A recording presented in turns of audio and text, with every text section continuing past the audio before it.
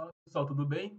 Nessa videoaula a gente vai conhecer a estrutura do código e como que ele foi dividido, né, de acordo com os checklists aí do MQL5. Esse código eu vou estar disponibilizando também no curso. Se você não abriu até agora, você abre.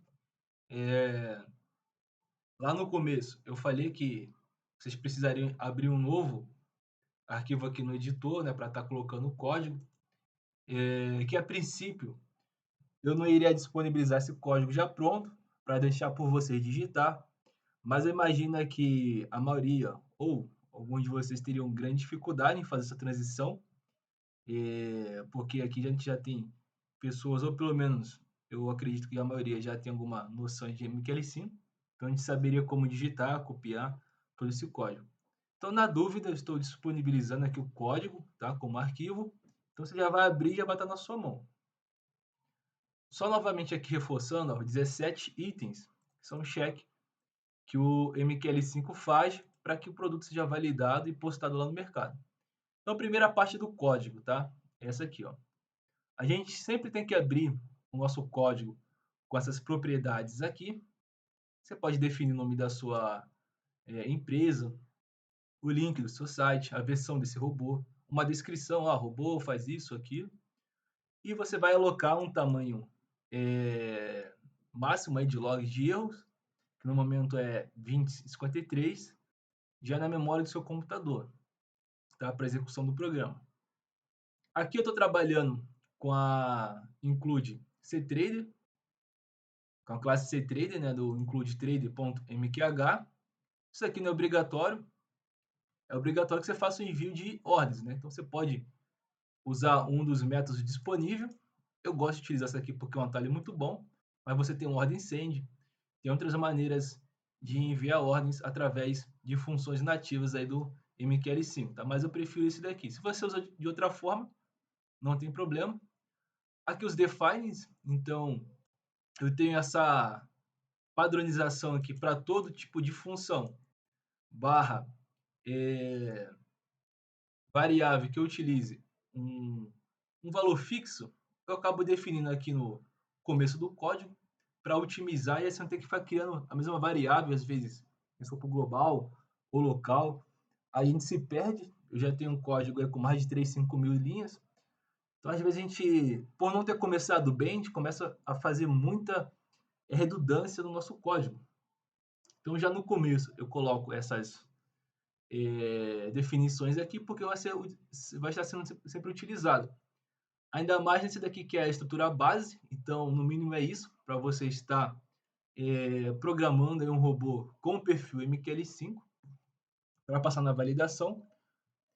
Depois, os inputs, aqui é o básico, load, stop, take, e as distâncias da ordem pendente, variáveis globais que eu vou usar, e por fim, o init, tá? Para a gente começar aqui. O init, o que eu faço aqui?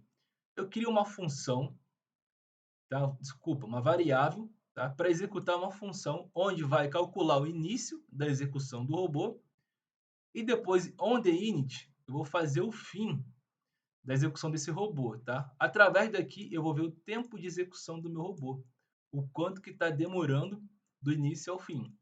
E aqui vou verificar se os logs na memória usada foi maior que o permitido pelo MQL5.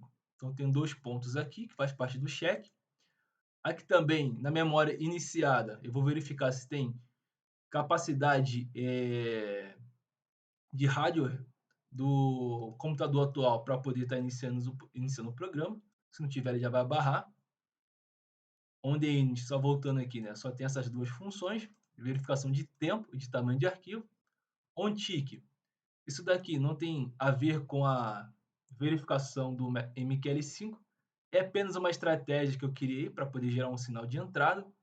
Aqui eu estou dizendo, se for segunda ou quarta-feira, o robô pode operar, do contrário não, tá? Então, uma estratégia básica.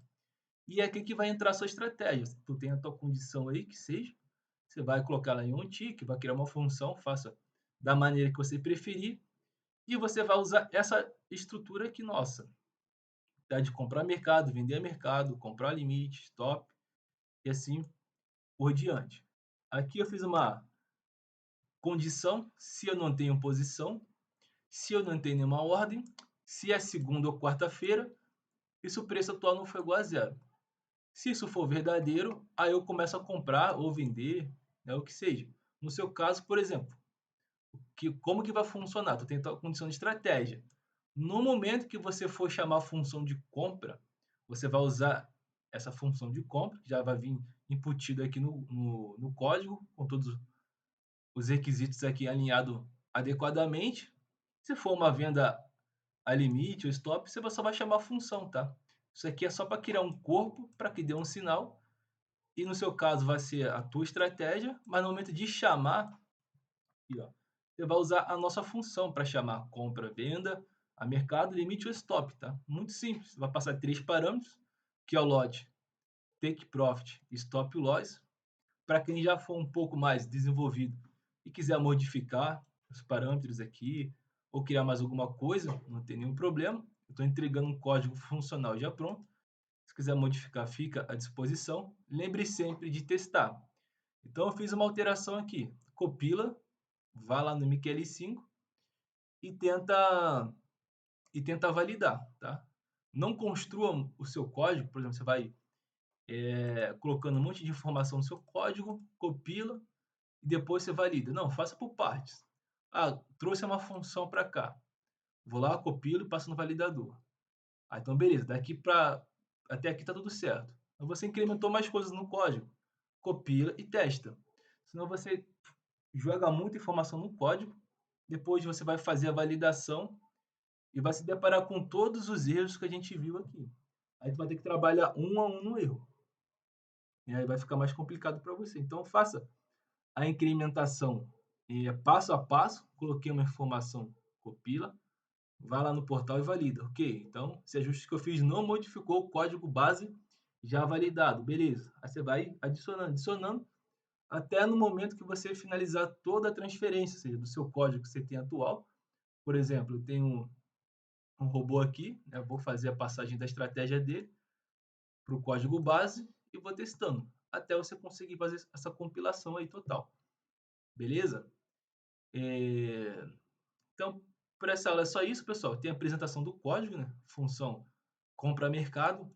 Aqui a gente tem as variáveis do preço de entrada, take profit, lote, verificação de passo do volume, se está sendo mudado de acordo com que é válido, se está atingindo ou não o volume mínimo ou máximo, se os preços do momento de entrada são passados corretamente, junto com o nível mínimo de stop, mais o spread, o cálculo, se tem margem, a segurança financeira e aí por diante, tá?